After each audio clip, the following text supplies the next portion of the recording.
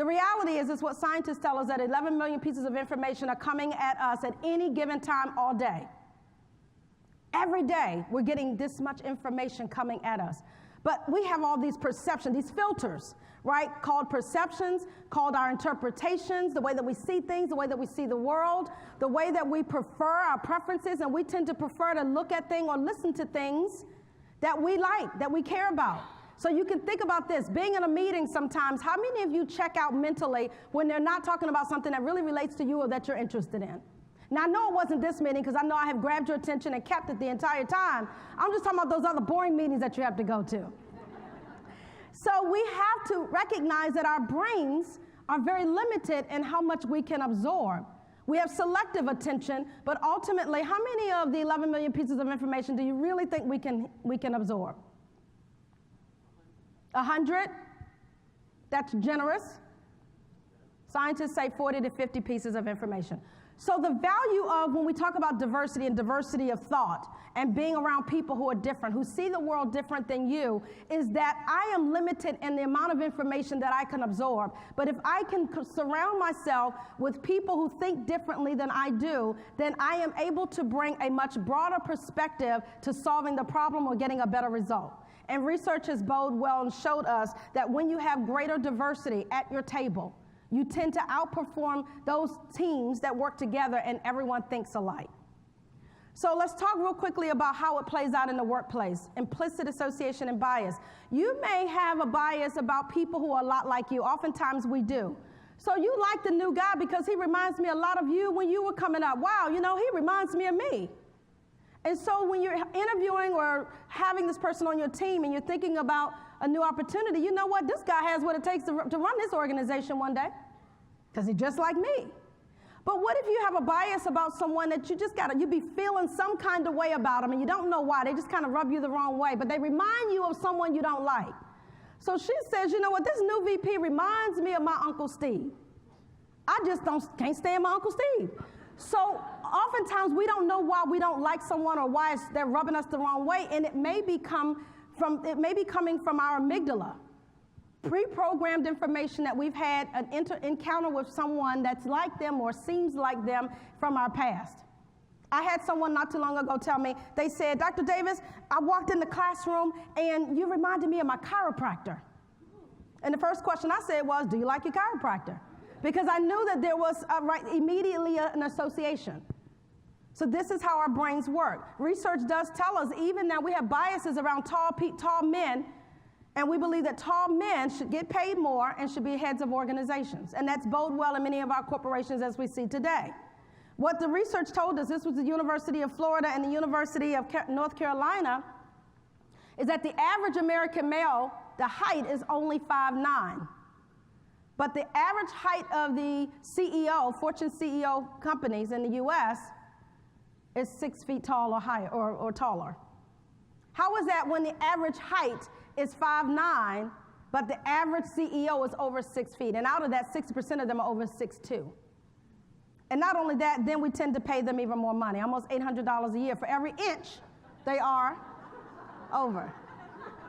It used to be legal in China. It's illegal now, it's banned, that men used to get leg extension surgeries for that very reason.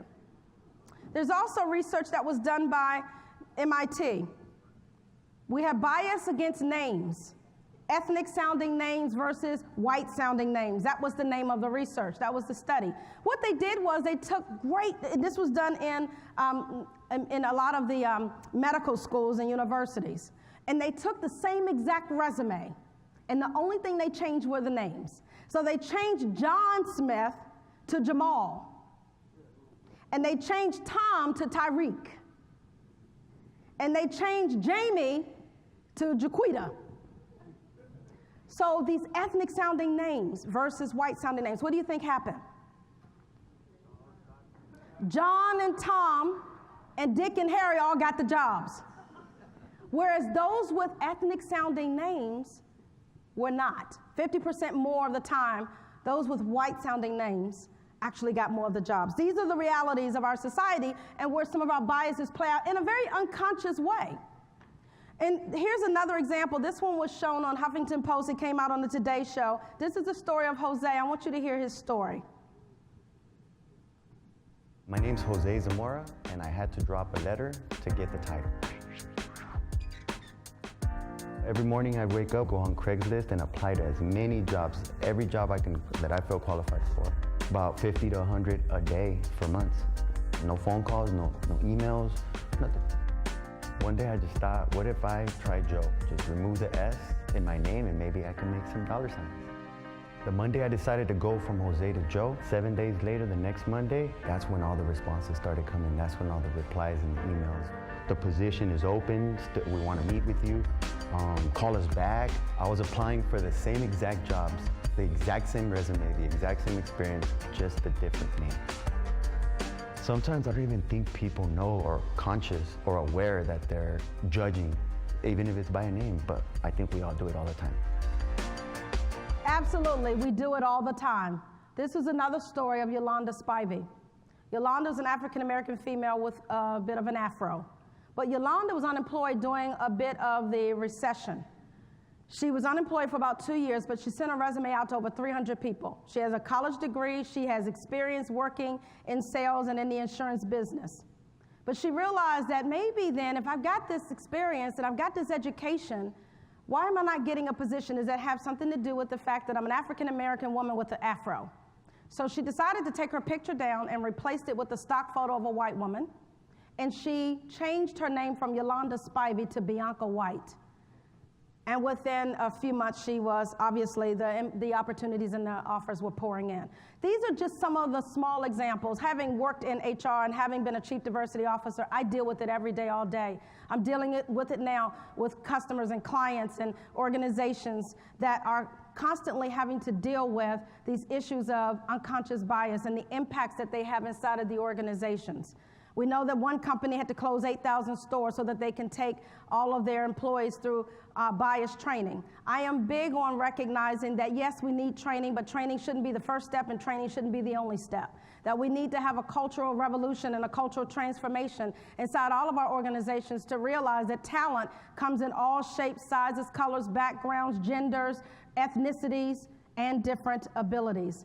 So my story, the reason why I wrote this book called The Seat, how to get invited to the table when you are overperforming and undervalued, is because as an African-American, professional, ambitious, driven woman, I kept being told that I needed to get this certificate. I needed this experience. If you just do this one more thing. See, the carrot kept moving for me. And I was training bosses I was training people who would become my boss. I was training them. And I kept being told, if you just go get this education, if you go get that education. So if I admit to you today that the reason why I went and got my PhD, and the reason why I have 2 master's degrees, the reason why I have 4 certifications, and I've just continued to learn and get more and more continuing education, is to take away all of the excuses of those who would not give me an opportunity, of those who put the carrot out there, and then when I did it all, jumped through all the hoops, the carrot moved. And all of us, in some way, have been exposed to it. If not being the culprits, being the victims. If not being the victims, being an observer. Of recognizing that there are great talent inside of our organizations and that we have to be much more conscientious, use our prefrontal neocortex to deal with our biases. So I want you to think about all of the different things that we might use as our biases to eliminate or excuse or overlook other people. Whether it's race bias, our accents, our name, our disability, our race, our gender, our hand dominance, or our personality style, or our height, our weight, our accessories, how we look, our appearance, even our socioeconomic class.